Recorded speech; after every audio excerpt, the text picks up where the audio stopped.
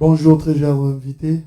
Voilà, c'est vrai que nous allons marmonter la langue de Molière, qui n'est rien d'autre que la langue française, certes, mais nous pouvons aussi parler la langue anglaise, pourquoi pas la langue portugaise, ça dépend. Soyez vraiment à l'aise. Il a bien voulu s'adresser à la presse. Il s'agit bien du prophète Exaucé Lungu, dont les thèmes pourquoi mon élection au rang d'évêque. Vous êtes posé plusieurs questions et aujourd'hui, par rapport à cette estime considération qu'il a pour la presse, il s'est décidé aujourd'hui de s'adresser à la presse. Mais nous allons brosser quelques grandes lignes en ce qui concerne cette grande personnalité qui n'est rien d'autre que le prophète Exaucé Lungu. Mais laissez-moi vous faire comprendre que je ne serai pas seul. Je suis avec une des concerts que j'aime bien, Nadine Majestic. Ça va? Bonjour Adam. Voilà. Avec elle, nous allons co-animer cette conférence et également avec la corporation qui sont invités ce soir. Vous devez comprendre que le prophète Exaucé Lungu, actuellement évêque, est théologicien de formation. Donc, c'est-à-dire il a fait ses études en ce qui concerne la théologie à Covenant Life à Minneapolis, aux États-Unis d'Amérique. Pourquoi? Parce qu'il a compris que nul ne peut servir le Seigneur sans crainte et une bonne vie de consécration. Voilà pourquoi il a donné sa vie en Jésus-Christ. Notons qu'en septembre 2001, le Seigneur l'amena à Paris où il réussit la vision de bâtir la première église mission évangélique armée des sanctifiés. Plusieurs ont considéré comme aventure, mais c'est pas laissé faire parce que en 2002, une église multiculturelle qui connaît une croissance jusqu'à ces jours.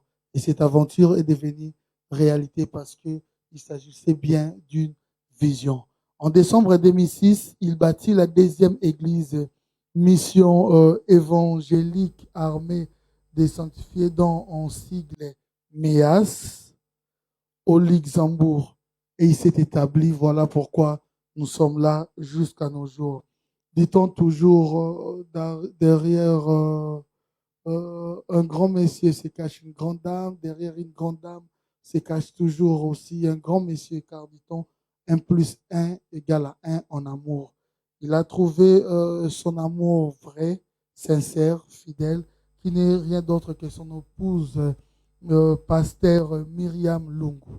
Ce couple est serdier dans la dimension prophétique. Et ceux qui les approchent reconnaissent en eux des qualités de motivateurs, conseillers, parce que moi-même je vis comment souvent ils conseillent plusieurs fidèles, étudiantes, étudiants, entrepreneurs et encadreurs, et j'aime bien. Il est également organisateur de grandes conventions au travers desquelles les âmes sont gagnées, parce que c'est d'ailleurs sa mission quand même de faire des disciples et que les gens se convertissent réellement pour croire en Jésus-Christ. Guéris et reçoivent la direction de l'Esprit. Ces qualités font d'eux un couple modèle pour plusieurs personnes. Certes, c'est lui qui a la vision, mais il ne pouvait pas conduire seul. Voilà pourquoi, dit-on, celui qui trouve une bonne femme trouve le bonheur. Il a également trouvé ce bonheur pour l'accompagner dans sa mission, n'est-ce pas, Nadine? Concernant la biographie du prophète Exaucé Lungu, après être encadré par son père spirituel, Ndita Massamba, on lui confia alors beaucoup de responsabilités à cette époque, comme étant formateur de choristes. L'église Méas connaît bien le prophète, il aime beaucoup chanter et il encadre aussi beaucoup de chantres à l'église. Et il est aussi encadreur, motivateur de jeunes et organisateur de groupes d'évangélisation à cette époque. Et 3 ans après, il a été ordonné dans le ministère. Comme nous le savons tous, aujourd'hui nous l'appelons prophète, pasteur. Et aujourd'hui, on va découvrir une autre facette de prophète. Voilà pourquoi j'aime bien co-animer avec vous, hein. C'est pas l'oubli, mais vous devez aussi compléter. C'est ça, même l'élégance et la beauté de la présentation. Exactement. Merci beaucoup à vous d'être là ce soir. Je vais juste demander aux confrères et aux concerts d'être vraiment professionnels. Et je vais également demander aux invités de prêter attention à ce que dira le prophète, l'évêque exaucé Lungu. Je ne sais pas si le prophète est déjà présent. Voilà pourquoi je vous demanderai, parce qu'il est à l'honneur ce soir, si nous pouvons nous lever. Juste question de recevoir le prophète.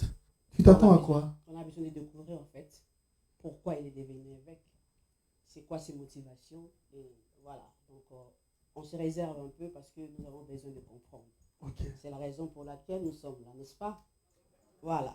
Voilà, et cette considération vis-à-vis surtout à la presse, hein. C'est ce que j'aime bien parce qu'il a dit, je ne vais pas me limiter par rapport à une vidéo seulement, mais je vais faire comprendre la presse réellement pourquoi mon élection au rang d'évêque.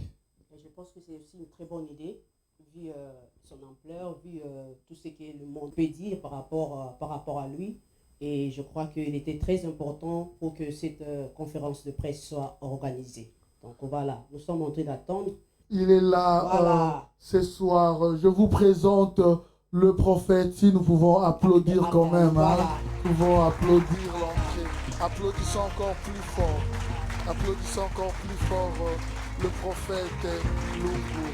Chantez, merci infiniment.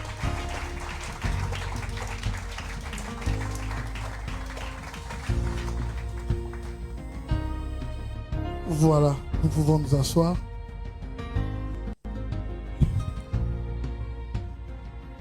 Merci infiniment à vous. À la genèse de mon introduction, jadis que nous sommes là parce que il devrait s'adresser à la presse ce soir. Il est là, le prophète exaucé Lungu. Pourquoi mon élection au rang d'évêque? Après ces longs parcours, après ces études, après une mission réussite totale, aujourd'hui évêque. Nous ne savons pas tellement tous ensemble avec vous. Même moi, je me pose beaucoup de questions. Et il m'a dit, Ado, tu n'auras pas ces privilèges. Voilà, j'aime bien, je considère tellement la presse. Je veux que vous tous écoutez mon message d'aujourd'hui. Soit comme les autres, soit patient. La patience paye toujours. Et aujourd'hui, il est là pour réaliser sa promesse. On était patient. Et aujourd'hui, nous allons écouter le prophète. Je le présente comme le prophète exaucé Lungu. Mais je suis convaincu, à la conclusion et à l'apocalypse de notre conférence, je vais conclure comme l'évêque exaucé Lungu. Bonjour. Bonjour Adam. Ça va? Vous avez votre micro.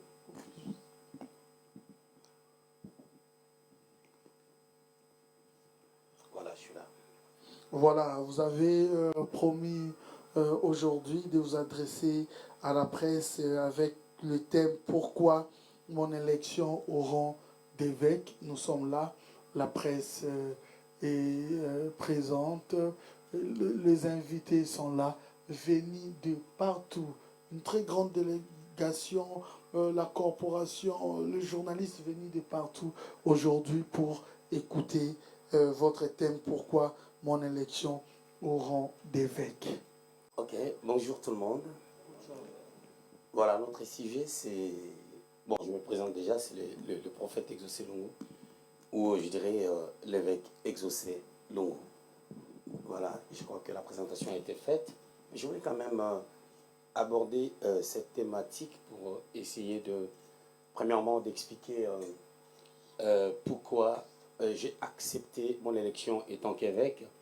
Et deuxièmement, c'est pour permettre aux journalistes de pouvoir poser des questions pour éclairer l'opinion. Je partirai sur base de 2 textes qui vont me permettre de pouvoir aborder les sujets avec toute simplicité.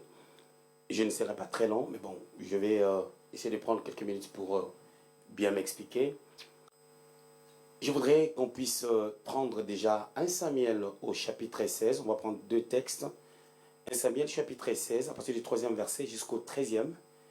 Et puis, on prendra comme complément 3 Jean 1.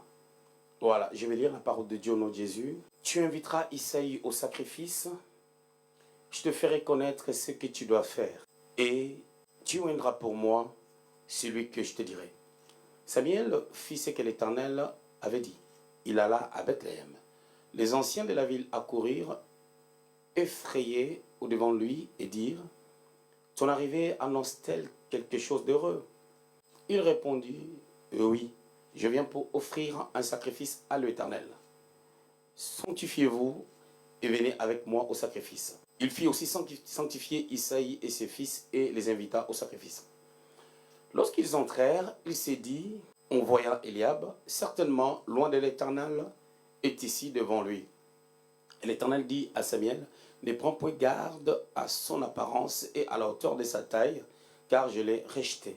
L'Éternel ne considère pas ce que l'homme considère. L'homme regarde ce qui frappe les yeux, mais l'Éternel regarde au cœur. Isaïe appela à Abinadab et le fit passer devant Samuel. Et Samuel dit, l'Éternel n'a pas non plus choisi celui-ci. Isaïe fit passer Shama. Et Samuel dit, l'Éternel n'a pas non plus choisi celui-ci. Isaïe fit passer 7 de ses fils devant Samuel. Et Samuel dit à Isaïe, l'Éternel n'a choisi aucun d'eux. Puis Samuel dit à Isaïe, sont ceux-là tous tes fils? Et il répondit, il reste encore le plus jeune, mais il fait paître les brebis. Alors Samuel dit à Isaïe, envoie-les chercher, car nous ne nous placerons pas avant qu'il ne soit venu ici. Isaïe l'envoya chercher. Il était blond, avec de beaux yeux et une belle figure. L'Éternel dit à Samuel, lève-toi, oins-le, car c'est lui. Samuel prit la corne d'huile et l'oignit au milieu de ses frères. L'Esprit de l'Éternel saisit David à partir de ces jours et dans la suite. Samuel s'éleva et s'en alla à Rama. Je vais prendre rapidement 3 Jean, chapitre 1er, le verset 1er. À l'ancien, à Gaius, le bien-aimé que j'aime dans la vérité. Je vais m'arrêter là. Que Dieu soit béni. Pourquoi j'ai accepté mon élection étant évêque? Déjà, nous avons des questions à se poser par rapport à 2 tendances. C'est qui l'évêque et est-ce que l'évêché est un ministère? C'est d'abord des questions qui se posent par rapport au sujet. Vous savez, je suis francophone, je suis un prédicateur francophone et on doit quand même reconnaître que la francophonie est en retard par rapport à pas mal de réalités ou à pas mal de choses qui se font chez des anglophones.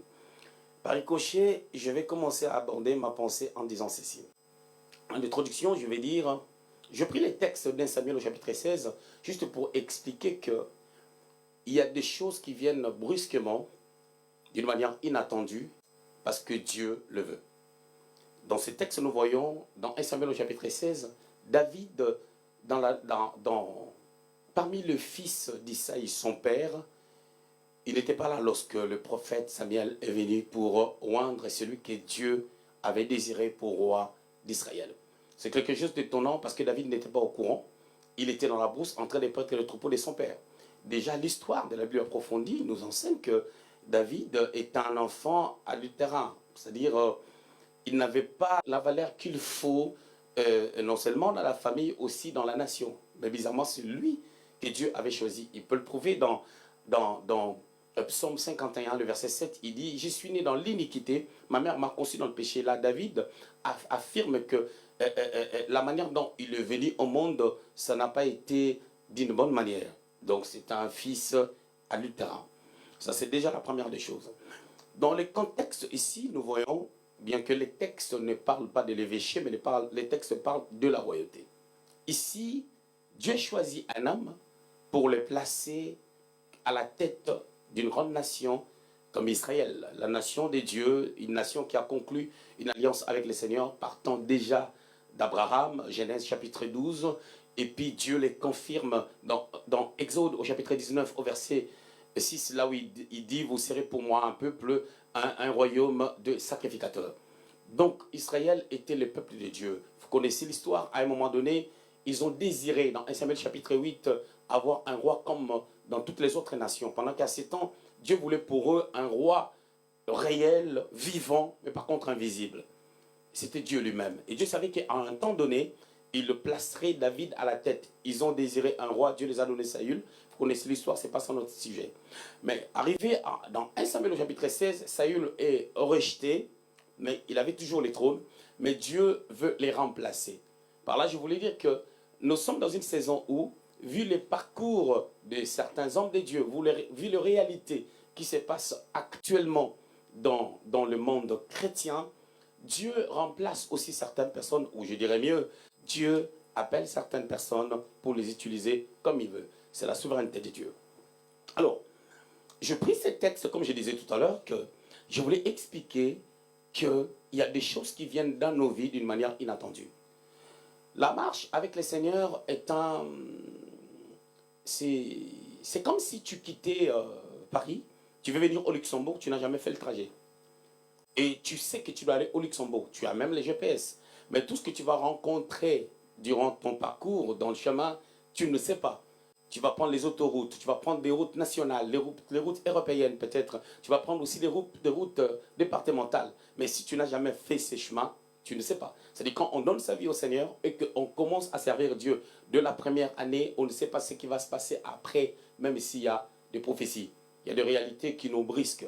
C'est comme avec Moïse, Dieu l'appelle, il lui dit, dans Exode chapitre 3, « Prends mon peuple, sors-le pour les amener à Canaan. » Une nation qui est habitée par 7 nations. Mais Dieu ne lui a pas dit que dans le désert, il y aura des tabernacles. Dieu ne lui a pas dit que dans le désert, il y aura des gros problèmes. Dieu ne lui a même pas parlé de 40 ans dans le désert. Dieu ne lui a pas parlé de la manne. Dieu ne lui a pas parlé de tous ces détails qu'il a pu découvrir au fur et à mesure. Voilà, d'emblée déjà, avant qu'on aille plus loin, je voulais déjà expliquer que je suis né de nouveau, ça fait 24 ans que je sers le Seigneur, précisément 21 ans dans le ministère. Là, nous sommes en 2021 parce que j'ai été consacré au ministère à 2000. J'ai commencé à servir Dieu 2 semaines après que j'ai donné ma vie au Seigneur. C'est-à-dire, il y a des choses que j'ai entendues, et certainement, il y a des choses aussi que j'ai refusées parce que ça ne cadrait pas ma logique. Mais ma logique ne pèse pas par rapport à la logique de Dieu. Voilà, Dieu va au-delà de ce que nous pensons, de ce que nous voulons. Des fois, on veut une respectabilité. On veut que les gens nous considèrent... parce qu'on ne veut même pas qu'on parle du mal de nous. Mais Dieu nous impose certaines choses. Je reviens à mon texte pour dire, maintenant, lorsque David était oint comme roi, on a dit, on a versé l'huile sur lui. Remarquablement, dans ces textes, vous remarquerez, il y avait les anciens d'Israël qui étaient établis à Bethléem, la ville de David. Il y avait toute la famille de David, ainsi que ses parents, mais seulement David le concernait qui n'était pas là. Lorsque Dieu est venu, les hommes ne l'ont pas cherché, mais c'est Dieu qui l'a cherché. On est parti le chercher dans la brousse, il est venu au Laouin. Mais je me dis, quand David est venu, on met l'huile sur lui, quelle était son impression? J'essaie un peu d'être David pour réfléchir à sa place. Quelle était son impression? Comment il a pu réfléchir? Et il a été surpris, comme moi j'ai été surpris, lorsque l'évêque général Mike Joktan est venu ici pour m'annoncer des choses, bien entendu, que j'avais déjà entendues. Parce que l'histoire a commencé bien avant avec le prophète Samuel Ben Rema, qui est l'un de mes frères, qui me parlait de ces choses. Et deuxièmement, il y a eu mon fils, le prophète Rifan, en 2017, qui m'a parlé de ces choses. Et le pire est qu'au mois de mars, avant l'arrivée de l'évêque Joktan, il y avait mon père spirituel qui m'avait envoyé un message. Vous savez, il y a des offrandes qui déclenchent certaines choses. Je lui avais fait une offrande et quand il prenait l'offrande, il a dit, je suis en train de prendre l'argent. Et voilà une parole qui monte dans mon cœur qui dit que le mois d'après, ça ne tardera pas. Il y a une nouvelle dimension qui vient dans ta vie. Pour mon père spirituel, une culture protestante, il ne peut pas adhérer des choses du genre évêché, machin, tout ça. Mais bizarrement, c'est lui qui avait donné les messages. Et au mois d'avril, j'ai oublié les messages. Lorsque le Vêt Joktan est passé pour couronner ces choses, pour confirmer ces choses, j'étais comme David. J'étais comme toutes les personnes qui se posent des questions pour dire qu'est-ce qui se passe. Et moi aussi, je me suis posé cette question en disant qu'est-ce qui se passe. Mais avec un peu de recul, je me suis souvenu de la prophétie de mon père spirituel et la prophétie de ses bien-aimés que je viens de citer tout à l'heure, entre autres le prophète Ben Rema et puis mon fils spirituel, le prophète Rifashimba. Donc, je ne vais pas mentionner même toutes les autres prophéties que j'ai reçues de 2017 jusqu'à 2021. Nous sommes prophétiques, je suis le fruit de la prophétie. Qui est un évêque? Qui est un évêque? Il est à comprendre que dans notre thématique, nous ne parlons pas de l'évêque selon 1 Timothée, le chapitre 3.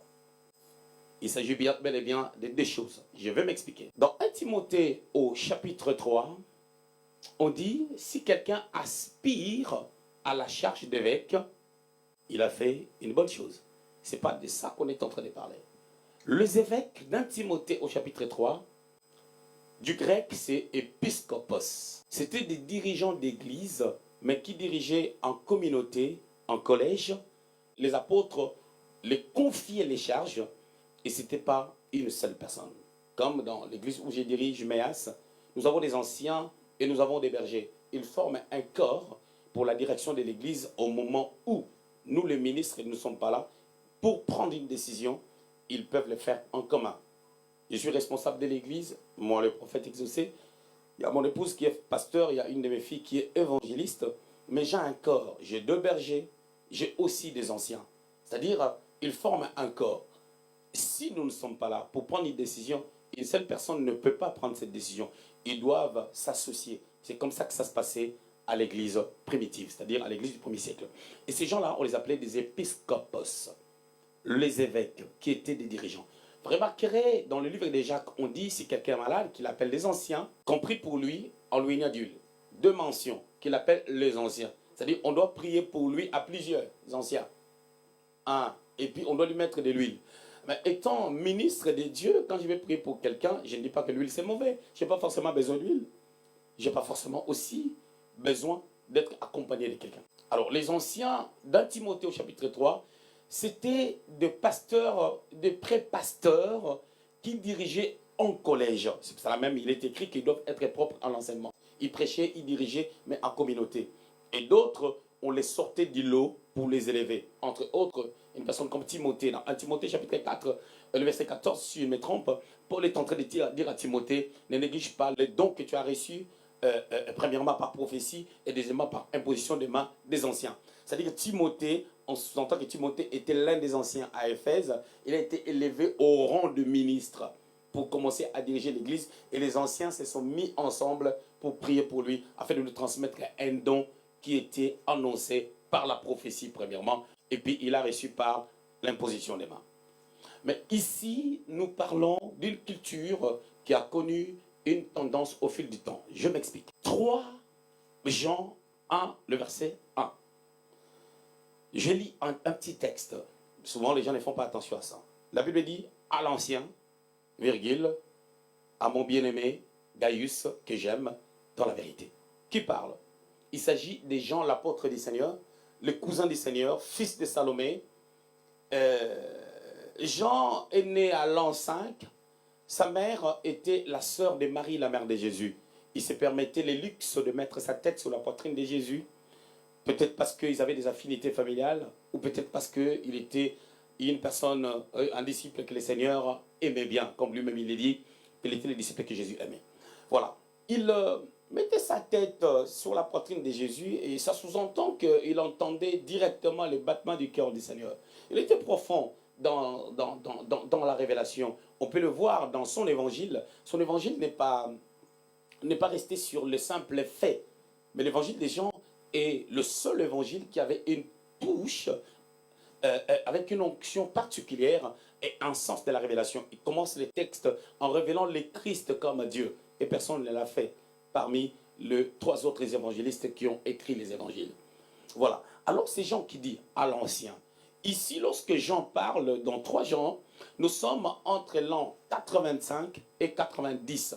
Nous sommes au soir du 1er siècle et pendant qu'il est en train de parler, tous les apôtres sont décédés parce que Pierre et Paul sont morts la même année. D'autres théologiens disent à 64, d'autres disent à 67. Et tous les apôtres étaient décédés et décapités, bien entendu, et Jean était le seul qui était resté en vie. Il est mort d'une mort paisible.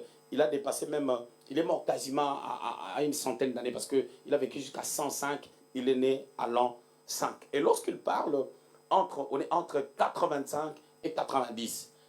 Quand il dit à l'ancien, les mots traduits partant du grec, c'est toujours épiscopos. Mais par contre, ces mots épiscopos prend une autre tendance. Ça prend la tendance maintenant d'une personne expérimentée, d'une personne qui a acquis une certaine expérience, qui a fait un parcours remarquable. À l'an 43, au temps apostolique, lorsqu'il y avait le feu à Jérusalem, Dieu a déplacé Jean. L'an 43, c'est, selon les théologiens, c'est 13 ans après la Pentecôte, parce que les théologiens placent Pentecôte à l'an 30 plutôt que ce que les gens pensent. Vous savez, lorsque la plupart des gens enseignent la parole de Dieu, des fois il manque certaines valeurs ou certaines profondeurs liées à la quintessence, à l'historique et à l'exactitude des événements. Voilà. Maintenant, à l'an 43, Dieu l'avait déplacé, il est parti en Turquie, par exemple, il a bâti 250 églises en Turquie, il est parti dans le mur d'Éphèse, il a bâti des églises et tout. Jean a travaillé pour le Seigneur. Alors, lorsqu'il écrit, il parle de lui utilisant le mot grec épiscopos pour parler maintenant de l'ancien, de l'évêque, comme étant responsable dans un corps ecclésiastique, comme responsable de pasteurs, comme responsable de certaines personnes, comme celui qui a marché avec Dieu, celui qui a vu ce qui était. Comme une prophétie, je parle de Christ, c'est lui qui devait venir, il a vécu avec lui, il a vu sa splendeur, sa gloire et la manifestation de son emmanuélisation parmi les hommes. Et Jean pouvait dire que je suis épiscopos, je suis évêque, qui écrit maintenant à un pasteur qui est un fils pour lui, Gaius. C'est par cette pensée que j'ai accepté d'être élu et l'investiture viendra dans des temps à venir comme évêque. C'est par rapport à mon parcours. Je ne l'ai pas désiré. Quelqu'un d'autre me dira, est-ce que pour que Dieu t'utilise ou qu'il t'amène dans une autre dimension comme ton père spirituel avait prophétisé avec une telle précision, est-ce qu'il faudrait que tu deviennes forcément évêque? Je dirais non, mais vous devez comprendre aussi, est-ce que David, pour devenir roi d'Israël, il avait forcément besoin d'huile sur sa tête? Selon Dieu, oui. Est-ce que son huile devait sortir du fiole ou de la corne? Dieu avait voulu que ça sorte de la corne d'huile. Nous n'avons pas toujours le même chemin. Vous devez comprendre une chose, je vis en Europe depuis 2001, aujourd'hui on est en 2021 et ça fait 20 ans. Par la grâce de Dieu, si je peux le dire comme ça, j'ai pu montrer à l'opinion publique, à cause de ce que j'ai été, les coups que j'ai reçus, le travail remarquable que j'ai pu effectuer, la qualité de l'œuvre que j'ai bâtie, la structure, la conception des choses, l'esprit des réformes et la mentalité du royaume dans la crainte de Dieu, dans la sanctification, en croyant à la grâce de Dieu, on peut dire en ce jour que personne n'ignore qui est le prophète exaucé. Longo. Le travail, c'est vu, c'est encore petit, mais je crois à l'avenir. Pour moi, le message que je peux transmettre à l'opinion est que cette dimension, ce n'est pas vraiment à cause du peu que nous avions fait avec le Seigneur, mais c'est plutôt Dieu voulait nous amener à une autre onction pour la suite, pour des choses que nous ferons dans la suite du temps. J'ai été l'objet d'aucun scandale, Je suis marié à une seule femme. Nous avions fait ce travail au Luxembourg avec beaucoup de difficultés, mais on a tenu bon. On a été porteur d'une grâce, d'une onction prophétique et d'une forte grâce de miracle qui s'est manifestée aux yeux des gens. Nous rendons grâce à Dieu par rapport à toutes ces choses. Mais cette conférence est pour éclairer l'opinion, afin que les gens sachent que l'évêché ou le fait d'être évêque n'est pas un ministère, mais c'est une nouvelle responsabilité. Au travers de moi, les prédicateurs sont sortis, le pasteur, les prédicateurs, les serviteurs et servantes nés réellement de nouveau, marchant dans la crainte de Dieu. Et nous pouvons dire que Dieu a fait de son serviteur son évêque par sa grâce. Merci. Merci infiniment, prophète.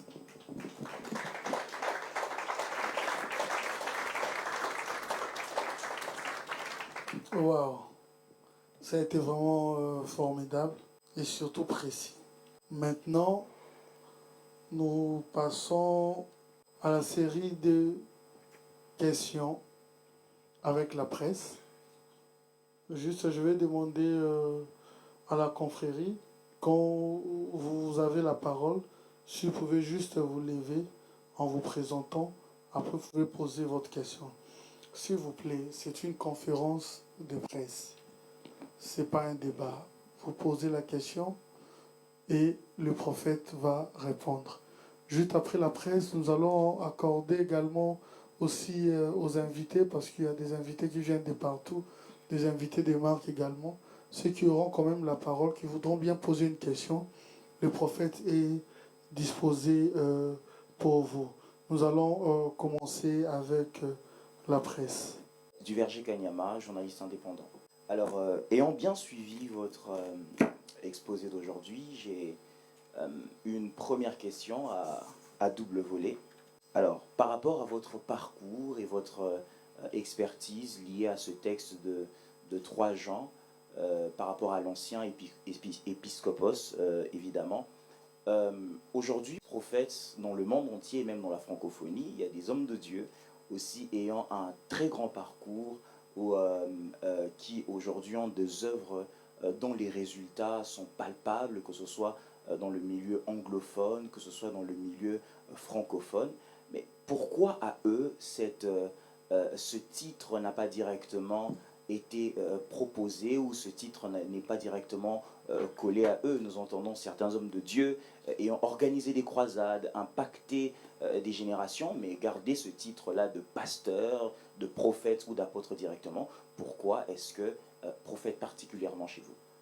Voilà, lorsque ces choses ont été faites lors de notre conférence passée au mois d'avril, j'avais parlé avec le révérend Dominique Ngoï, que j'appelle affectueusement Dadi. Et il m'a dit, lui, les gens l'appellent bishop, révérend, pasteur, peu importe.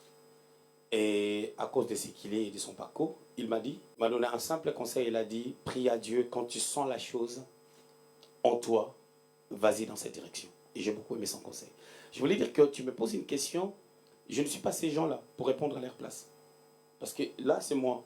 Là, tu dis, pourquoi telle personne? Nous avons organisé aussi des croisades, et on organise jusqu'aujourd'hui, et avec beaucoup de miracles. Mais sauf que je ne peux pas répondre à leur place. Moi, je réponds à ma place. Ce que j'ai appris dans les choses de Dieu, peut-être il n'y a pas 2 David. Et David sort de nulle part. Il n'avait même pas beaucoup d'expérience, mais on a dit, c'est lui, le roi. C'est lui, le tueur de Goliath. Moi, je dirais, je prends cette histoire comme un peu David qui est roi. Il va devenir roi, mais cette onction-là a mené à tuer Goliath. Peut-être que j'ai un Goliath à tuer devant, je paraphrase. Et j'avais besoin de cette onction de véché pour m'amener quelque part. Je ne peux pas répondre à leur place, je réponds à ma place. Moi, je vis dans des surprises. Tu sais comment je suis devenu pasteur? 3 ans après ma conversion, il y avait un homme de Dieu qui est venu dans notre église. Il a dit à mon pasteur, si tu crois en moi, comme un père ordonne ces jeunes hommes dans le ministère et tu verras ce que je vais faire. C'était surprenant. Et ce pasteur-là, il avait raison. Parce que après cela, je crois l'espace de 3 mois, j'ai pu gagner dans le Seigneur pas moins de 200 jeunes à l'espace de 3 mois. Donc, c'est pour dire que les pasteurs là avaient raison. Peut-être, vous savez, Dieu prend des choses inutiles. Dieu prend des gens comme nous, pas utiles, pas avec un background costaud, pas, on ne sort pas d'une famille connue, on n'a pas 100 ans dans le ministère, 50 ans dans le parcours, mais Dieu, c'est ce qu'il fait. Voilà, c'est ce que je peux dire. Voilà, merci. Par rapport au temps, nous allons prendre deux personnes. Après, le prophète va répondre. Deux personnes, Soumier. Bonjour, merci pour la parole. J'ai mis Majoy de la rubrique EL Teaches. J'aimerais savoir, vous vous êtes appuyé sur l'exemple de David, dont on va dire, son élection a été brusque. Donc, vous voulez nous faire comprendre que vous êtes David dans cette génération et que votre élection a également été brusque. Mais si je ne me trompe pas, un roi n'est pas élu. Un roi, c'est quelque chose normalement. Bon, certes, David est une exception, mais David, il n'y a pas eu d'élection. Pourquoi est-ce que vous nous parlez de l'élection? Comment est-ce que l'élection d'un leader peut être brusque et inattendue? Bon, déjà, je vais répondre en ces termes. Elle a dit que David n'a pas été élu. Je dirais que c'est faux. Parce que dans la royauté, on ne parle pas d'élection au moment où ça descend de père au fils. David devait prendre la place de Saül, qui n'était pas son père, qui n'était pas un membre de sa famille. Donc il a fallu qu'il y ait une élection au ciel. Lorsque Dieu voulait créer l'homme, Dieu a dit, créons l'homme à notre image, à notre ressemblance. Il s'agissait bien de la Trinité, le Père, le Fils et le Saint-Esprit. Il y a une élection dans la manière de créer l'homme. Et pour qu'on remplace quelqu'un qui va prendre les trônes, selon les prophéties qui ont été données dans Genèse 49, 8 à 11, concernant la tribu de Juda, il a fallu choisir. Et dans les choix, quand on parle d'un choix, ça sous-entend qu'il y a eu une élection. Parce qu'il faut juger qui on choisira. Donc David a été vraiment élu par les ciels parce que peut-être qu'il n'avait pas des critères qu'il faut pour être roi. Donc David a été élu parce qu'il ne prenait pas cette royauté avec simplicité. Donc on doit sentir vraiment que par l'élection, le poids de l'élection devait jouer pour qu'il soit intronisé à la royauté. Je ne peux pas me permettre de dire que je suis le David de cette génération parce que je ne m'appelle pas David. Je ne souhaiterais jamais être appelé David parce que Christ est mort. Et je préfère même, parce que le sang de Jésus coule en moi, si on pouvait prendre un autre nom, je préférerais Jésus que David. C'est clair. Voilà, nous allons prendre notre concert. Voilà, si vous voulez intervenir, poser une question, levez juste la main. Bonjour Elec, on est là, présentatrice de l'émission coaching. Et je voulais encore répondre à la question de mes collègues. Par votre introduction, vous avez dit que Dieu a rejeté Saül et il avait choisi David. Et vous, partant de votre discours, donc vous voulez nous faire comprendre aussi que Dieu vous a rejeté en tant que prophète pour devenir évêque, parce qu'on voit que vous êtes devenu évêque. Donc le mot prophète non, est... Là, du coup, il y a un problème contextuel. Parce que Saül qu'on avait rejeté, ce n'était pas David. On avait rejeté Saül pour prendre David. Moi, je crois que, n'est-ce pas que nous avons quand même perdu pas mal de serviteurs de Dieu avec Covid-19. Nous pleurons leur mémoire, des gens qui avaient l'onction du Saint-Esprit. Mais il faut que d'autres personnes peut-être les remplacent. Ils étaient tellement puissants. Alors, on a besoin quand même d'une onction pour les remplacer. Donc, je dirais, Dieu, c'est une rotation. Nous, demain, je serai aussi remplacé. Parce que je ne suis pas éternel, un jour je vais mourir. Je serai aussi remplacé. Donc, voilà, c'est ce que je peux dire. Bonjour prophète. Bonjour. Bonjour à mes confrères. Bonjour. Merci pour l'invitation. Je suis Bélardine Boubamba. Vous avez changé votre appellation sur les réseaux sociaux. Vous êtes plus, on n'écrit plus prophète, mais maintenant évêque. Est-ce que c'était important de pouvoir changer justement cette appellation, étant donné que vous gardez le ministère de prophète? Tu sais que si tu es maman, même si ton enfant a 25 ans, c'est toujours ton enfant. Mais quand cet enfant était né, tu l'appelais bébé. Mais à un moment donné, tu ne l'appelleras plus bébé, tu vas commencer à l'appeler par son prénom. Donc je ne vois pas le problème entre bébé et le prénom. Mais j'ai vu aussi des mamans qui voient son enfant qui était en Europe, l'enfant est, je ne sais pas, à Kinshasa ou à Brazzaville et tout. L'enfant est venu, oh mon bébé, l'enfant ne va pas se fâcher, même s'il a 47 ans. Donc peu importe, si quelqu'un m'appelle prophète, ça ne me dérangerait pas. Et déjà, quand je me présente même aux yeux des gens, Partout où je pars, je ne me présente jamais prophète Exaucé Lungu, non. Je dis toujours Exaucé Lungu. Donc, peu importe. Donc, ça c'est pas ça le problème. Mais je suis évêque. Bonjour à tous. Alors, moi, c'est Mélissa Pépé, journaliste indépendante. Pouvez-vous nous expliquer quelles seront vos nouvelles responsabilités? Est-ce que cela, va impliquer concrètement alors dans votre ministère? Lorsque David a eu l'huile sur sa tête, il ne savait même pas que Goliath va apparaître. Ce qui m'attend devant, je ne sais pas. Mais sauf que moi, je suis prêt comme un soldat. Voilà. C'est bien répondu. Voilà. Bonjour, merci pour la parole. Ketia Bomongo, journaliste indépendante. Alors j'aimerais quand même revenir parce que c'est quand même assez vague. Vous avez quand même mentionné dans vos précédentes réponses que votre responsabilité aussi, le fait d'être évêque, touche à un niveau aussi national. Donc il y a quand même certaines responsabilités. Est-ce qu'on doit comprendre des responsabilités politiques? Qu'est-ce que ça inclut? Il y a quand même une certaine... vous connaissez quand même une certaine direction. Et les gens qui vous connaissent savent aussi que vous êtes un homme de décision. Vous savez où vous allez. Alors vous ne pouvez pas quand même nous laisser... Je vais te dire un truc. Parce que tu sais qu'en Europe, j'ai été... Excusez-moi par rapport à ce que je vais dire. Nous sommes tous dans les réseaux sociaux. Est-ce que vous savez qu'en Europe, j'ai été le seul homme de Dieu à prophétiser sur la pandémie? Est-ce que vous savez, il y a combien des hommes de Dieu? Tu sais, déjà, pour que Dieu te révèle certaines choses, tu dois être quelqu'un qui prie pour le continent ou pour la nation. La vidéo est sur le net. Si vous avez des vidéos des personnes qui ont prophétisé sur la pandémie, ramenez ça. Mettons ça sur les réseaux. Donc, je dis qu'en Europe, j'avais donné le message sur la pandémie. Peut-être qu'il y avait quelqu'un aussi qui avait ce message, mais il a eu peur. Mais moi, j'ai eu le courage. Peut-être qu'il y avait des milliers de personnes qui avaient eu ce message, mais ils ont eu peur de les dire, au cas où ça rate, quelle sera leur réputation. Mais moi, j'ai pris le risque de les dire. Donc, comme j'ai pris le risque de les dire, maintenant, mon courage me distingue. Donc, tu vois le degré de la responsabilité. Parce que quand tu annonces quelque chose qui arrivera dans la suite du temps, tu dois assumer, premièrement, et deuxièmement, tu dois rester à l'intercession par rapport à la chose. Déjà, pour qu'il n'y ait pas trop de dégâts ou pour que ce que tu as prophétisé ne puisse pas emporter ton église. Parce que tu peux venir à l'église, tous les membres de l'église sont décédés par rapport au vent que tu as prophétisé. C'est une responsabilité, ce n'est pas des blagues. Nous dormons peu, mais nous travaillons beaucoup. C'est une grande responsabilité, mais ça ne s'invente pas. Ce ne sont pas comme des larmes qui coulent dans les yeux où tout le monde peut le voir. C'est une responsabilité. Est-ce que vous savez combien de fois, moi j'ai pris la voiture pour faire des tours de la nation luxembourgeoise la nuit, afin de prier toute la nuit? Vous savez combien de fois je l'ai fait? Mais c'est une responsabilité. C'est une responsabilité. Parce que des fois, la terre réclame le sang et il y a le sang des innocents qui disparaissent. Mais lorsque nous faisons certaines intercessions fortes, nous arrêtons certains vents parce qu'il y a des innocents qui meurent. Il y a des enfants qui ne connaissent pas encore le Seigneur. 8 ans, 7 ans, 10 ans, ils partent à l'école inconscients, sacrifiés. Et nous prions, nous avions fait des séries de prières, vous ne pouvez pas imaginer. C'est une responsabilité. Voilà.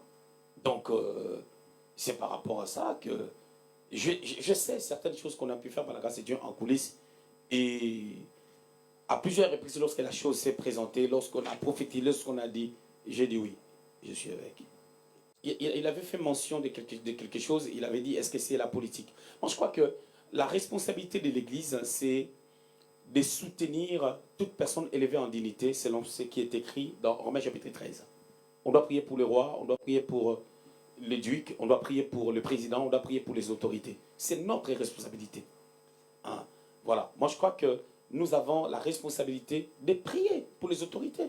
Moi, je suis ressortissant, de la RDC, bien que mon église ne soit pas une église congolaise, c'est une église multiculturelle. Mais j'ai la responsabilité aussi de ma nation pour intercéder. La preuve, j'avais prophétisé avant les élections que le président actuel, qui est chrétien et de nouveau, deviendra président. Les membres de l'église savent, les internautes avaient entendu la prophétie. Donc c'est une responsabilité. Je ne suis pas politicien, je suis apolitique, mais c'est une responsabilité. Demain, si tu me vois avec un politicien, on a fait la photo, ne me dis pas, ah non, tu avais dit que tu es apolitique. Non, le fait d'être avec un politicien ou un politique ne fait pas de moi un politicien. Nous sommes là pour le soutenir et on n'attend rien de la part de l'homme. Parce que c'est Dieu qui est le rémunérateur. Merci.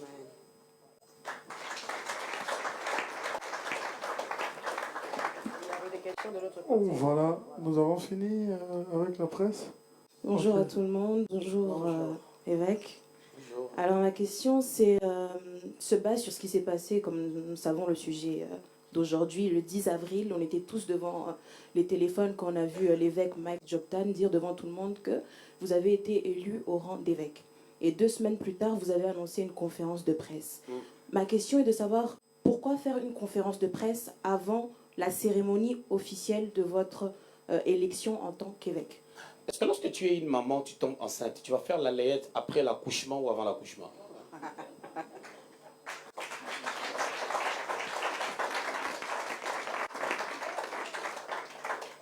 La conférence de presse, c'est pour éclairer l'opinion. Et lorsque l'investiture viendra, vous allez voir que tout sera bien. Nous avons nos pères, à part mon père spirituel, nous avons nos pères. Je suis ressortissant de la RDC. Nous avons nos pères en République démocratique du Congo qui sont d'accord avec ça. Nous avons nos pères en RDC. On ne peut pas se voiler la face qui reconnaissent le travail que nous sommes en train de faire. Nous avons nos pères en RDC qui reconnaissent.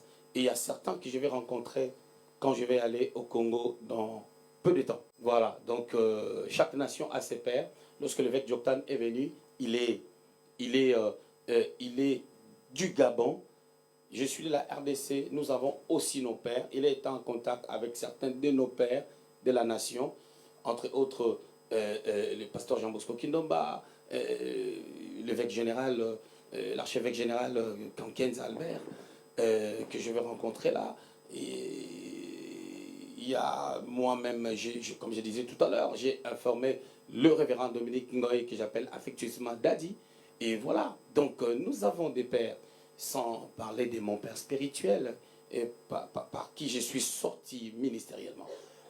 Donc voilà, je n'ai pas voulu aller dans ce sens-là pour ne pas, au cas où j'oubliais les noms d'autres pères, après ça crée une confusion. Des pères, il y en a plusieurs. Voilà. Merci beaucoup. Nous passons aux invités. Nous avons. Est-ce qu'il y a une consoeur ou un confrère qui n'a pas encore posé une question? Vous n'avez pas encore posé une question? Oui, hein. Ok. Bonsoir à tous. Bonsoir. Bonsoir évêque. Merveille Dabo, journaliste coaching. J'aimerais savoir, vous avez été élu évêque. Pour cela, comment ça se passe? Est-ce que vous avez fait une campagne électorale? Comment vous avez fait pour être élu évêque? Très bien. Très bien. Très belle question. J'ai aimé la question. Déjà, moi, je n'ai rien fait pour être élu évêque. Il faut comprendre déjà que lorsque tu es malade, tu dois aller voir un médecin. Alors, lorsqu'il fallait devenir évêque, il a fallu qu'un évêque général qui a sous lui les évêques, qu'il puisse venir. C'est l'évêque Mike Joktan. Lorsqu'il a fini son service ici, il a rendu des comptes à nos pères qui sont en contact avec lui. C'est par ricochet, déjà avant de quitter ici, il m'a dit comment je souhaiterais que la cérémonie puisse se faire. C'est par là que nous allons associer des pères pour que la cérémonie puisse intervenir. La cérémonie peut venir dans 1 an, ça peut venir dans 6 mois, ça peut venir dans 2 ans. Tout dépend de la manière dont le Seigneur va conduire les choses. Donc c'est un peu ça. C'est-à-dire il a fallu déjà la présence d'un évêque général qui a sous lui les évêques. Et puis après, il a rendu compte à nos pères qui sont des évêques généraux ou des archevêques. Voilà. Si je comprends l'esprit de la pensée de la question, si je peux être explicite, est-ce que c'est une proposition ou il y a une candidature malgré tout ça? Est-ce que c'est une proposition? Voilà, moi je vais dire ceci. Est-ce que quand David a été roi pour qu'il devienne dans le futur roi, est-ce qu'il avait, face à cette réalité, est-ce qu'il avait le choix de dire non? Ou lorsque Marie a été visitée par... Soyons prophétiques, hein, restons dans la parole, ne réfléchissons pas comme des humains, réfléchissons vraiment selon la parole.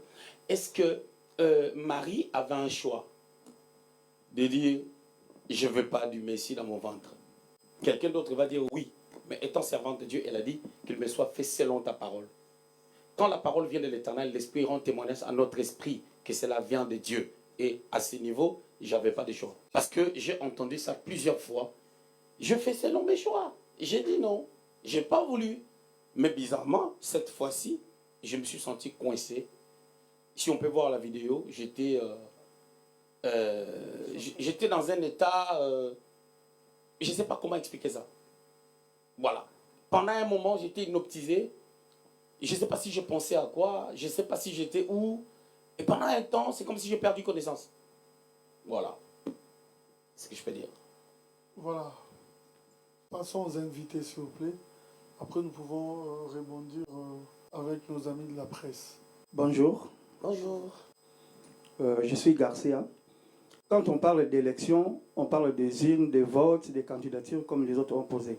Mais moi, ma question est celle-ci. Pourquoi pas mon élévation au rang d'évêque, mais vous avez choisi mon élection? Très bien. J'ai beaucoup aimé ta question. Tu dois comprendre une chose. La première des choses que je vais dire, la parole de Dieu n'est pas comprise selon l'intelligence humaine. Mais je vais entrer dans la pensée de ta question. Tu as dit pourquoi pas mon élévation? Pourquoi mon élection? Parce que lorsqu'on dit quelqu'un est un évêque, il faut comprendre qu'il faut qu'il ait l'approbation de certaines personnes. C'est ce que j'ai tenté d'expliquer tout à l'heure par rapport à la question qu'on m'a posée. L'approbation. Et quand ces gens-là approuvent, tu vas voir que ces gens-là, ils vont s'associer à ce que tu fais. Parlons de David. J'ai expliqué que David a été choisi et derrière les choix, il y a une élection céleste. Quand nous parlons de l'élection, ce n'est pas une élection selon les urnes ou une élection des hommes. Nous les hommes, on est méchants, mais Dieu est bon. Nous parlons d'une élection céleste, c'est-à-dire un choix qui s'est fait. Maintenant, le point qui est là, laissons à l'évêque le temps de travailler. Comme lorsque j'ai été ordonné dans le ministère, il y a plus de 20 ans en arrière, on m'a laissé le temps. Celui qui avait dit ça, il a dit à mon père spirituel, je sais que ce n'est pas dans tes principes, fais-le si tu crois en moi et tu verras. Et mon père spirituel est fier de moi jusqu'aujourd'hui. Donc c'est pour dire que laissons aussi le temps à celui qui est devenu évêque de faire son parcours. Et on va voir. S'il s'est trompé, gloire à Dieu. S'il ne s'est pas trompé, gloire à Dieu. C'est comme Gamaliel a dit, si cette entreprise vient de Dieu, elle va exister. Si elle ne vient pas de Dieu, elle s'arrêtera parce que nous avions vu plusieurs. Vous entendrez après plusieurs vont devenir évêques. Il y aura quelqu'un qui a 3 ans de ministère, oh évêque Mardoché, oh évêque Darius, oh évêque ceci. Vous entendrez et vous verrez. Moi, ce n'est pas mon problème. Ma vie a plein de surprises, plein de réalités. Laissons les temps au temps et nous verrons qu'est-ce que Dieu va faire. Voilà. Laissons le temps au temps, on continue avec les invités. Merci beaucoup. Continuons avec les questions, restons dans les thèmes et dans les contextes exploités par l'évêque. Ça serait mieux. Et évitons aussi de répondre déjà des questions posées. Jadis ici que ce n'est pas un débat. Bonsoir à tout le monde. Le parcours que tu as eu durant ton ministère, et on voit ici à l'église, tu n'acceptes pas des choses parce que les gens te proposent facilement. Moi, ma question est celle-ci. Avant, vous n'aviez pas accepté. Quand vous acceptez ce ministère-là, maintenant, si c'est le titre, si c'est le ministère, est-ce que ça veut vous donner encore plus d'avantages dans votre parcours ou bien aussi, est-ce que c'est aussi un titre? Très bien, j'ai compris la question. Merci pour la question. Déjà, je suis devant les médias. Vous devez comprendre une chose. Il y a 2 semaines passées, j'ai refusé une offrande d'à peu près d'1 million. J'ai refusé une offrande d'à peu près d'1 million d'euros. Je ne suis pas en train de blaguer. Je suis exaucé. Je viens de refuser une offrande d'à peu près d'1 million d'euros. C'est pour dire que je suis un homme spirituel. Je sais, et je crois qu'elle vient de poser une très bonne question. Elle a dit, est-ce que c'est une nouvelle dimension ou c'est quelque chose d'autre? Je dirais, c'est une nouvelle dimension avec de nouvelles perspectives avec le Seigneur. Est-ce qu'on peut acclamer quand même? Voilà. Très important. Voilà, nous continuons avec des questions chez les invités. Ma deuxième question est celle-ci.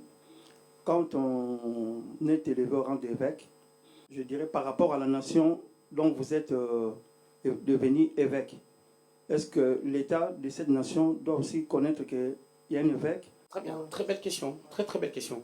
Il est déjà à savoir que, est-ce que nos nations en général ont accepté Jésus comme Seigneur et Sauveur pour de vrai?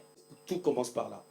Mais moi je crois qu'il est à notre responsabilité d'aller plus loin avec le Seigneur afin que le monde entier connaisse l'infinie grandeur de ce Dieu puissant, commençant par ici et ailleurs. C'est possible, pardon, avec le Seigneur. Parce que s'il y a eu des gens qui ont fait des organisations sans citer leur nom, et ils ont convaincu l'État, sans peut-être l'onction du Saint-Esprit, si nous avons l'onction, nous avons Dieu, et nous avons tout, nous pouvons aller très loin avec le Seigneur. C'est possible.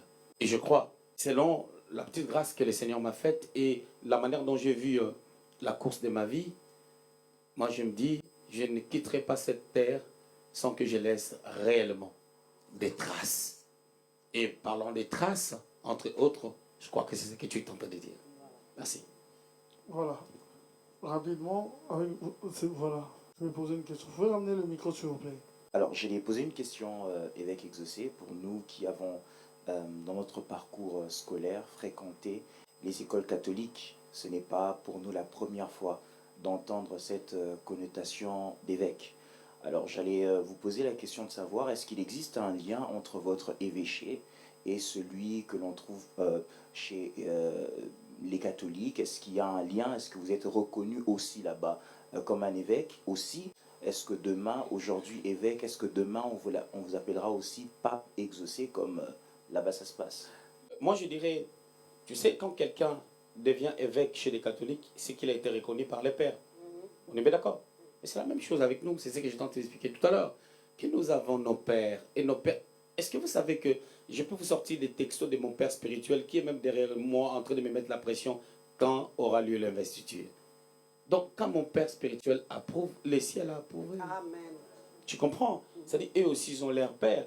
Mais quand tu commences à me parler de pape, machin, je n'ai pas vu ça dans la Bible. Moi, je n'ai pas rentré dans des critiques, dans des débats. Moi, je ne suis pas là pour critiquer des religions. Je ne suis pas dans ce genre d'histoire. Moi, je suis prédicateur de la bonne nouvelle. Ça s'arrête là. Tu vois? Voilà. On continue. Merci beaucoup, évêque. Aujourd'hui, nous voyons que dans l'Église Corps du Christ, et surtout chez vous, les évangélistes, et on voit qu'il y a un peu beaucoup des désordres au niveau des titres. Il y a beaucoup des hommes qui se réveillent, ils se nomment des prophètes, des pasteurs. Et on voit aussi que ça crée un peu beaucoup de désordres et que les chrétiens ne sont pas instruits.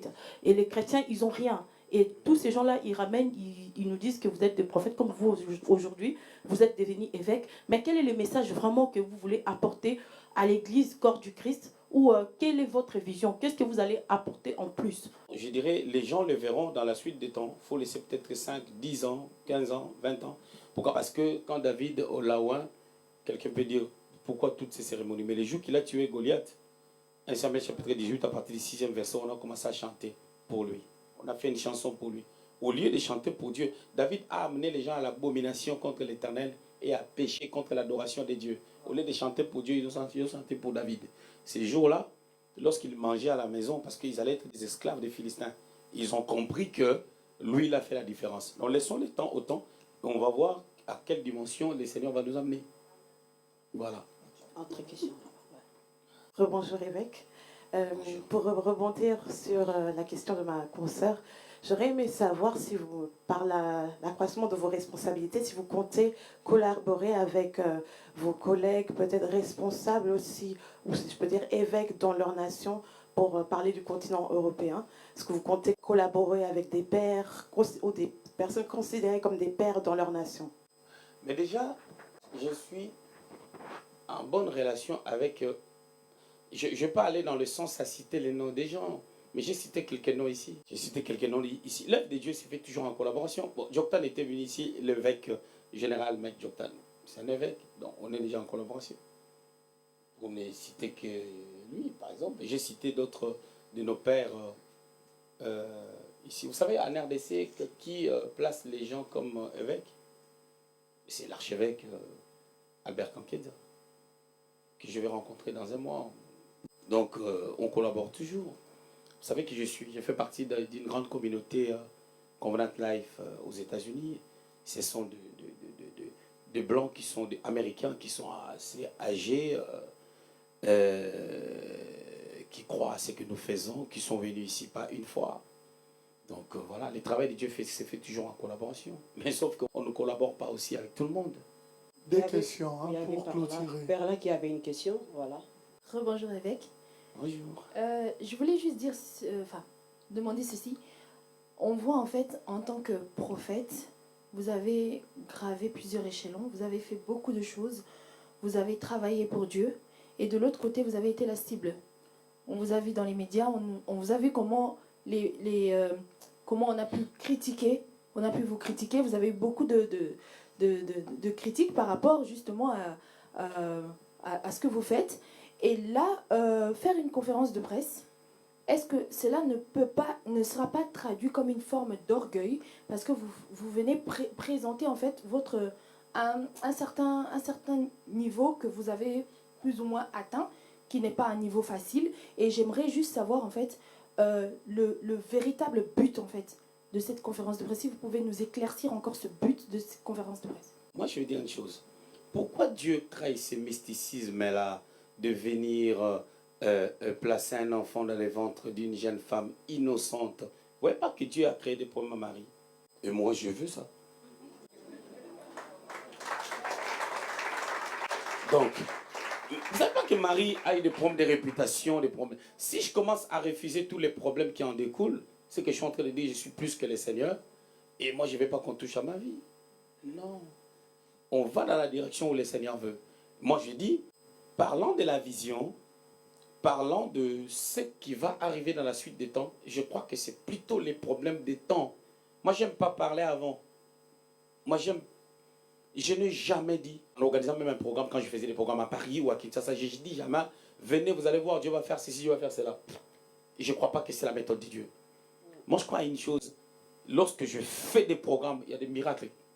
Dieu parle, Dieu dit des choses, Dieu fait ce qu'il veut. On peut organiser un grand programme, bien qu'on a des dons spirituels, Dieu peut t'amener dans la dimension de la parole. Dieu peut t'amener que dans la dimension prophétique. Il y a eu aussi des programmes où j'ai vu beaucoup de miracles et moins le prophétique. Donc, laissons les temps au temps. C'est-à-dire, vous dire qu'est-ce qui va se passer, machin, tout ça. C'est comme si vous demandez à Moïse qu'est-ce qui va se passer dans le désert. Il ne sait même pas. Mais c'est qu'il savait, Israël va entrer à Canaan et Israël est entré. Voilà, la toute dernière question. Il y a une question chez les invités, voilà. Bonjour évêque, bonjour à tout le monde. Ma question est seulement de savoir, si j'ai bien compris, après la conférence de presse, à un temps donné, on doit vous investir en tant qu'évêque. Ça se fera où? Ici en Europe? En Afrique? Les conditions. Si on peut avoir un peu... Voilà, merci. Je souhaiterais que ça soit en Europe, sachant que ça va demander beaucoup de moyens, parce qu'il y a des gens qu'il faut faire déplacer. Il faut leur billet d'avion, il faut les bénir, il faut prendre soin d'eux, leur séjour, ainsi de suite, parce que d'autres personnes vont venir d'autres continents. Ça va demander beaucoup de finances et c'est quelque chose qu'on doit préparer, parce que j'aime des choses bien. Ça, c'est moi qui pense comme ça. Mais ce que Dieu pense, je ne sais pas. J'aime pas me présenter devant les gens comme quelqu'un qui connaît tout, comme quelqu'un qui sait tout ce qui va se passer. Je ne sais pas comment la souveraineté de Dieu va conduire les choses. Je prends l'exemple bête, j'ai reçu le message de mon père spirituel qui m'a posé quelques questions. Il m'a dit, comment tu vas procéder ou comment les choses vont se passer. Tu sens qu'il a besoin qu'on parle à fond par rapport au sujet. Et comme je vais le rencontrer, je suis en paix, on va parler, on va voir la direction de Dieu. Donc, je sais qu'il y aura l'investiture, mais là, je ne sais pas où, quand et comment.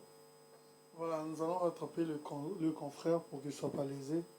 Voilà, venez avec le micro. Merci à vous, évêque. Une question qui n'a pas été posée. Hein. On croit en vous, en votre élection. Et comme on a dit tout à l'heure, vous avez eu plusieurs titres dans votre parcours. Quelle est la suite? Archiévêque, est-ce qu'il y a encore d'autres choses qui vont encore nous épater, nous étonner? Ou comment vous envisagez l'avenir? Comme j'ai dit tout à l'heure, la suite, je ne sais pas, mais je n'ai pas besoin de devenir archiévêque. Mais je n'ai pas besoin. Et de la même manière que je n'avais pas besoin de devenir évêque. Et moi encore, je n'avais pas besoin de devenir prophète, bien que des révélations prophétiques, il y en avait. Donc, voilà. Moi, je dirais, on ne va pas monter à titromanie parce que.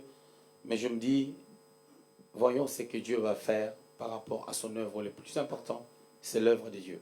C'est servir Dieu. Voilà. Je pense que nous avons clôturé avec des questions. Évêque, si nous pouvons avoir un résumé, une conclusion. Nous avons compris, voilà pourquoi à la Genèse, je vous ai présenté comme prophète. Ça reste, c'est vrai, mais c'est dans le passé. Et aujourd'hui, nous parlons d'évêque. Et demain, ça serait encore une autre chose, j'ose croire. Évêque. Un homme bien, un homme logique, dirais-je, un homme de caractère, mais dans un sens très positif. Vous avez pu nous expliquer réellement qui est un évêque, pourquoi vous avez pu accepter, et on a compris que chaque chose a son temps, ce que je retenu de ça. Pour conclure, pourquoi mon élection au rang d'évêque? Vous avez assez développé, mais je mérite une conclusion pour terminer. Pourquoi mon élection au rang d'évêque? Juste parce que Dieu veut m'amener à une nouvelle dimension, à manifester de nouvelles grâces par rapport à une nouvelle conquête.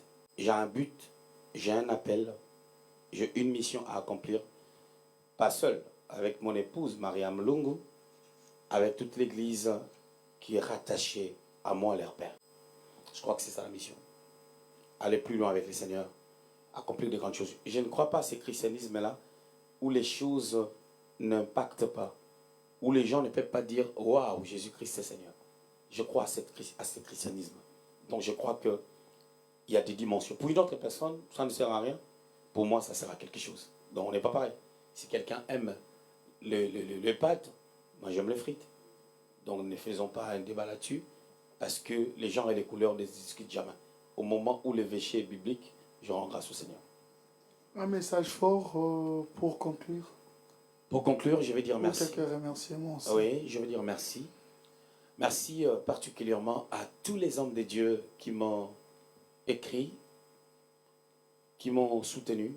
Il y a des hommes de Dieu qui m'ont écrit personnellement, parce qu'ils ont vu l'affiche de la conférence de presse. Ils ont commenté, ils m'ont écrit. Je rends grâce à Dieu par rapport à tous ces hommes de Dieu. Il y a aussi des hommes de Dieu qui ne m'ont pas écrit, qui ont vu peut-être, ça ne les a pas intéressés. Gloire à Dieu, moi je ne vis pas selon les tendances ou selon les gens. J'aime rester la même personne, peu importe les réalités. Voilà, à ces hommes de Dieu qui m'ont vraiment écrit particulièrement par rapport à ça, qui m'ont appelé, je vais vous dire merci. J'ai peur de citer les noms. Je peux oublier d'autres personnes qui ont écrit et tout, mais je dirais merci. Les hommes de Dieu de Paris, les hommes de Dieu de l'Angleterre, de Kinshasa, d'un peu partout. Que le Seigneur vous bénisse abondamment. Grand merci à mon épouse, le pasteur Mariam Longo, pour son soutien dans ce travail, son grand cœur et puis sa sagesse. Merci à l'église dont je suis le pasteur. Et merci à l'équipe de presse.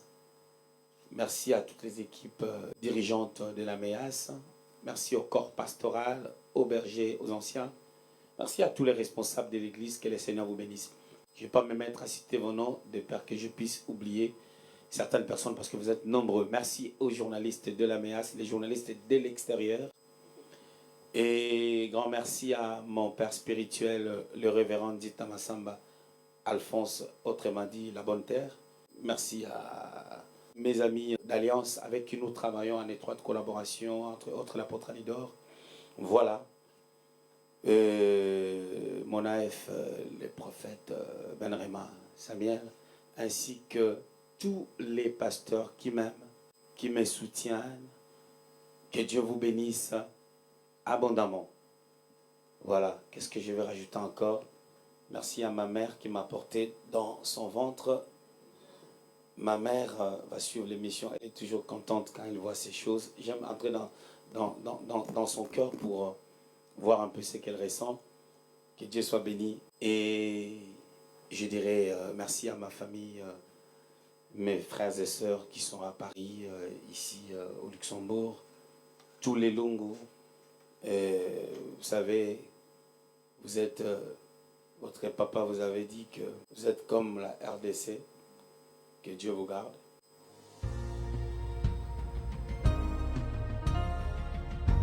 Voilà, est-ce qu'on peut s'élever? On peut s'élever pour honorer un peu celui qui est devenu évêque et puis après mon confrère va continuer. Est-ce qu'on peut honorer l'évêque? Il était entré par les acclamations comme prophète et là maintenant on va l'accueillir comme étant évêque. On va l'honorer, voilà.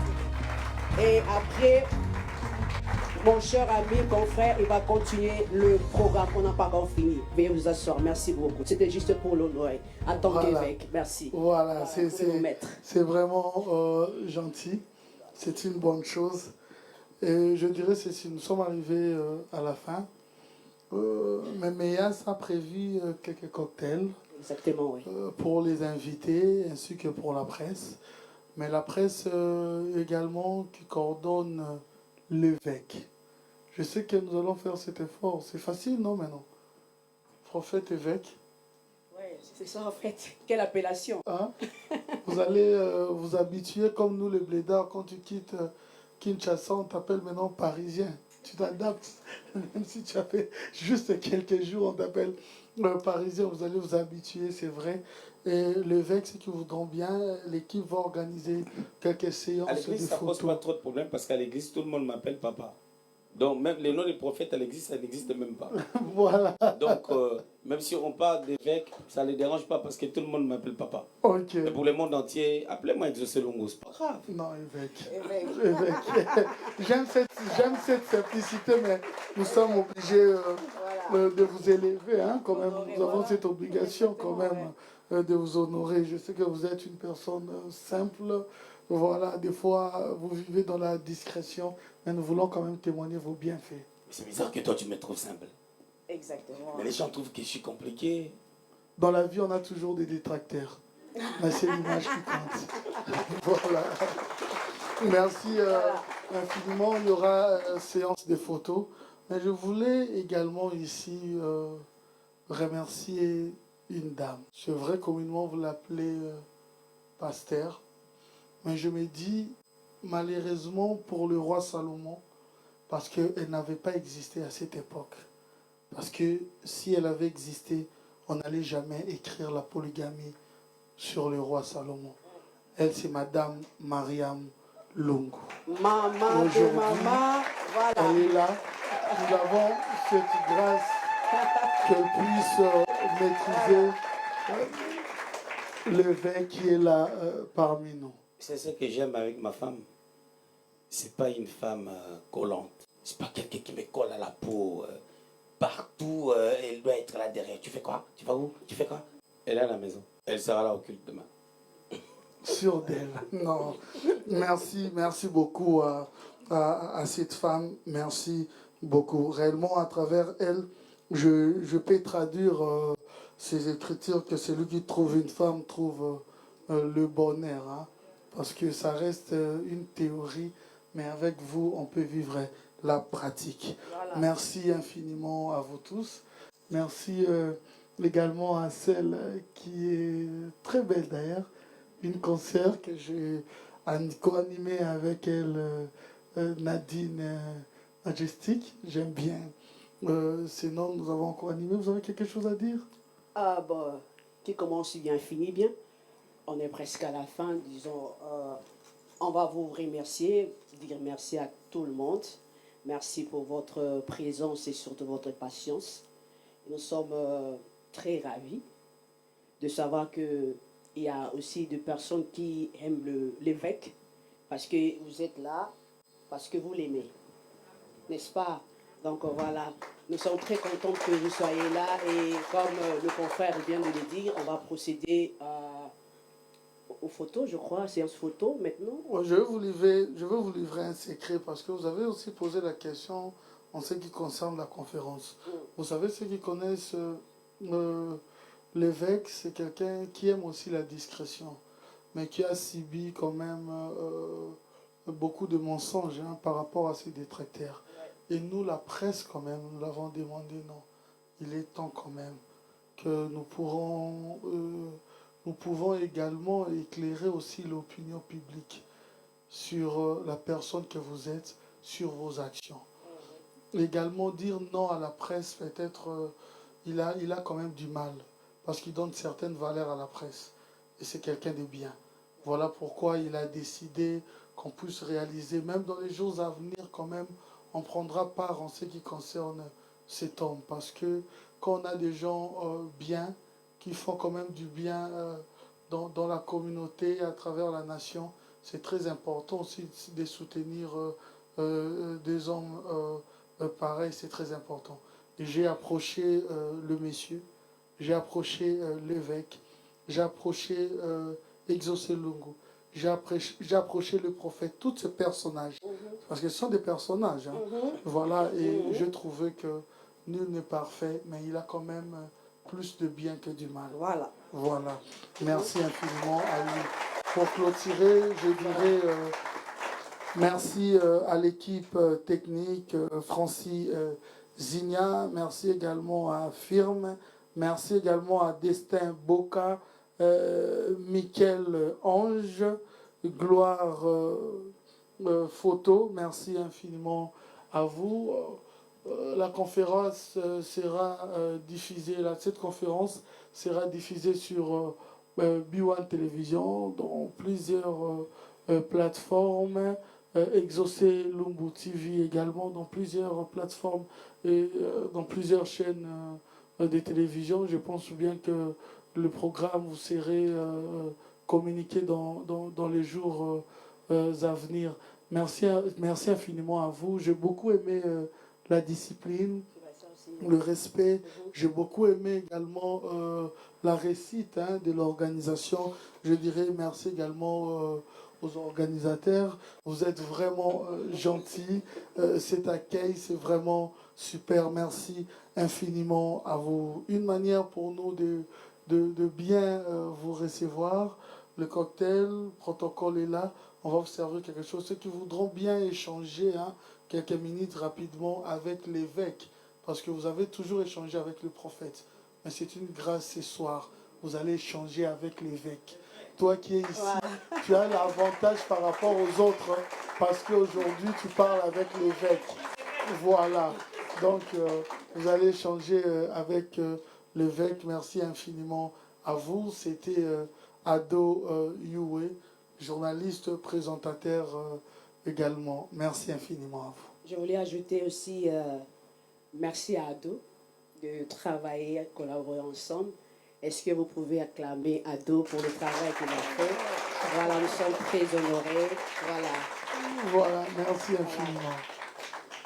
Merci C'était infiniment. aussi pour vous la servante de Dieu ou la présentatrice. Ici, je suis présentatrice de l'émission Parlons-en sur les réseaux sociaux. Que Dieu vous bénisse. Mais je vais demander une chose pour clôturer. Vraiment, avec tous mes respects, évêque, je vais vous demander de vous lever. Parce qu'on est assis, on veut vous voir. Non, pas nous. Non. L'évêque, oui. Parce qu'on l'a vu seulement, nous tous, nous étions debout avec lui. Ouais. Mais nous voulons quand même le voir. Lui-même maintenant, voilà. Voilà, on veut quand même le voir avec photo. Voilà, on veut quand même le voir.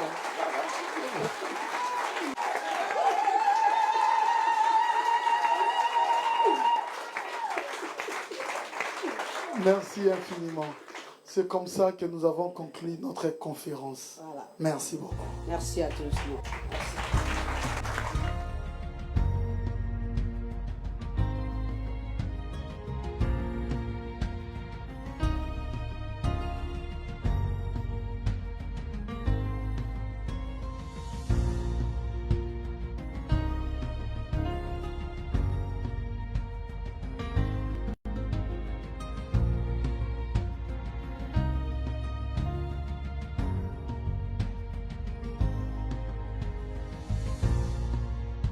Journaliste Nadine, j'aimerais savoir quelles sont vos impressions concernant cette conférence de presse. Eh oui, je dirais que c'est d'abord important qu'il y ait cette conférence de presse parce qu'on a vite compris qu'il y avait beaucoup de questions en fait. Oui, oui. Pour le reste, gloire à Dieu.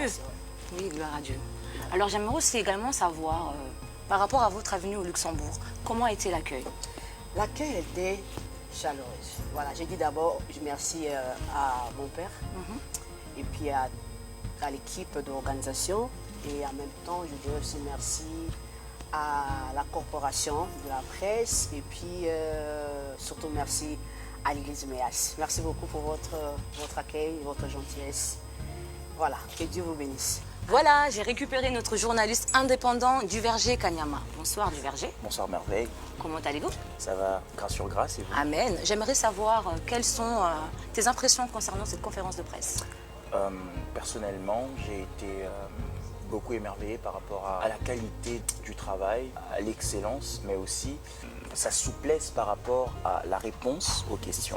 Quelles sont tes impressions concernant cette conférence de presse? J'ai été vraiment impressionnée par la prestance de l'évêque Exaucé Lungu. J'ai constaté qu'il était prêt, il était vraiment prêt, il avait anticipé les questions de l'opinion publique, et vraiment, je pense que ça a été un succès. Alors j'aimerais savoir quelles sont vos impressions concernant cette conférence. L'évêque qui a eu à épingler certains points pour mettre l'accent sur ce que c'est qu'un évêque et pour qu'on a parlé d'élections orondelles. Alors j'aimerais savoir, à ton tour. Nous avons assisté à une conférence de presse très équilibrée et nous avons vu un évêque vraiment qui savait ce qu'il voulait. Il nous a expliqué qu'auparavant, il hésitait en fait sur cette élection. Et nous avons vu que là maintenant, il sait vraiment ce qu'il veut. Et nous avons assisté à une conférence très équilibrée, les questions étaient au top. Et je peux dire qu'il a mis même KO aux journalistes. Oui, ça c'est vrai par contre. Bon point. Quelles sont vos impressions concernant cette conférence de presse? Je crois que tout le monde dans la salle était emballé par cette très belle présentation de l'évêque Exaucé. Nous croyons qu'il était encore temps pour l'Église Corps de Christ d'avoir aperçu encore cette image noble de ce rang d'évêque, parce que nous croyons que l'Église a besoin d'être éclairée à ces sujets, et nous avons été richement bénis. Amen. Alors, c'était Exaucé Lungu TV, la chaîne 100% prophétique qui vous procure la vie en Jésus. N'oubliez pas de liker, de partager et de commenter. Mais surtout, que Dieu vous bénisse.